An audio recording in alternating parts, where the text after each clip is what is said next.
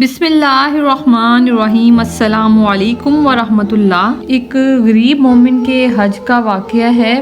پرانے وقتوں کی بات ہے، عراق کے ایک شخص نے حج کا ارادہ کیا۔ اس نے دن رات محنت کی، محنت مزدوری کر کے اس نے رقم جمع کی۔ آج کے دور کی طرح اس وقت بھی لوگ قافلے کی صورت میں حج کے لیے روانہ ہوتے تھے۔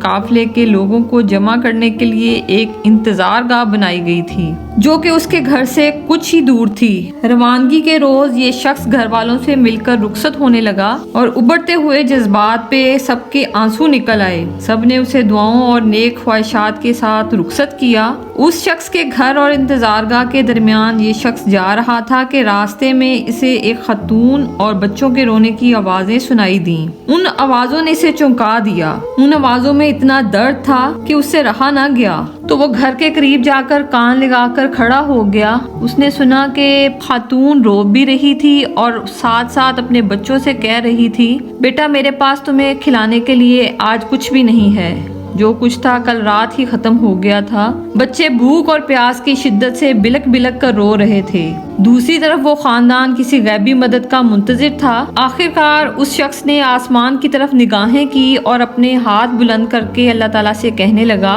یا اللہ میں عجیب دوراہے پر کھڑا ہوں کہ ایک طرف تیری عبادت ہے، دوسری طرف یہ بے بس خاندان ہے۔ نہ میں تیری عبادت چھوڑ سکتا ہوں اور نہ ہی میں ان لوگوں کو اس حال میں چھوڑ سکتا ہوں۔ یہ رحم تھا جو اس کے دل میں اللہ تعالیٰ کی طرف سے پیدا ہوا۔ اے میرے پروردگار، تو ہی حکمت والا ہے، تو ہی میری رہنمائی کر، میں کیا کروں۔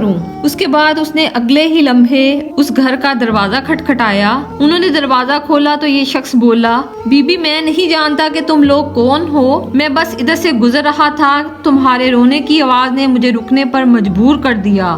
میں نے تمہاری ساری باتیں سن لی۔ میرے پاس کچھ پیسے ہیں اور کھانے کی کچھ چیزیں ہیں، ان سے اپنے اور اپنے بچوں کے کھانے پینے کا بندوبست کر لو۔ وہ خاتون اپنے جذبات پر قابو نہ رکھ سکی اور روتے ہوئے بولی، پچھلے ہفتے میرے شوہر کا انتقال ہو گیا تھا، تب سے ہم پہ مصیبتوں کے پہاڑ ٹوٹے پڑے ہیں۔ آپ کی بہت بہت مہربانی، آپ نے ہم غریبوں پر اتنا کرم کیا، اللہ آپ کی مراد پوری کرے۔ وہ دعائیں دینے لگی۔ حج سے زیادہ اس شخص کی دلی مراد کیا ہوگی؟ حج پر جانے کے لیے جو سرمایہ جمع کیا تھا وہ اس نے راہ خدا پر قربان کر دیا۔ اب یہ شخص نہ گھر میں واپس جا سکتا تھا کہ گھر والے کیا سوچیں گے کہ حج کے بغیر واپس آ گیا۔ چنانچہ وہ شخص جنگل میں چھپ کر بیٹھ گیا۔ وہ حج کے دن گزرنے کا انتظار کرنے لگا۔ جب حج کر کے لوگ واپس آنے لگے، پھر اسے ایک شخص ملا، کہنے لگا، جناب آپ کو مبارک ہو، میں نے آپ کو وہاں آب زمزم پیتے دیکھا تھا۔ کچھ دیر بعد ایک اور شخص ملا اور وہ بولا، میں نے آپ کو طواف کرتے ہوئے دیکھا تھا۔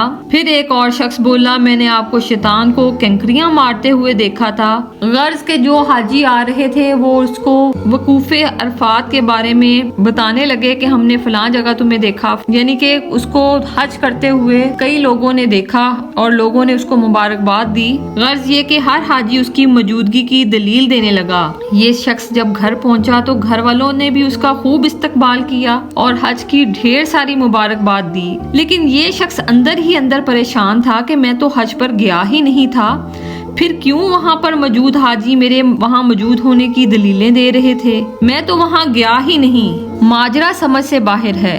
پھر اسی سوچ میں اس کو نیند آ گئی اور وہ سو گیا اور خواب میں اسے بشارت ملی، تم نے حج جیسی عظیم عبادت کو چھوڑ کر مخلوق خدا کی مدد کی ہے، اس کے بدلے اللہ تعالیٰ نے تمہاری شکل کے ایک فرشتے کو تمہاری جگہ بھیجا اور اس کا سارا ثواب بھی تمہیں ہی ملا، اس لیے ہر حاجی تمہاری موجودگی کی دلیلیں دے رہا ہے۔ یعنی اللہ کریم نے اس شخص کو حج کی سعادت یعنی کہ حج کا ثواب بھی نصیب فرما دیا اور اس نے اللہ کی خوشنودی کے لیے خوف خدا سے خلق خدا کی خدمت کی اور اپنی جمع پونجی ان کو دے دی، تو اللہ کریم نے اس کا حج بھی قبول فرما لیا اور اس کی مدد کی ہوئی بھی قبول فرما لی۔ بے شک اللہ تعالیٰ بندے کی نیت کو دیکھتا ہے، نیکی کبھی ضائع نہیں جاتی اور اللہ کریم ہر نیکی کا بدلہ انسان کو ضرور دیتے ہیں کسی بھی صورت میں۔ اللہ کریم ہمیں نیکیاں کرنے، آسانیاں بانٹنے، خلق خدا کی خدمت کرنے کی توفیق عنایت فرمائے۔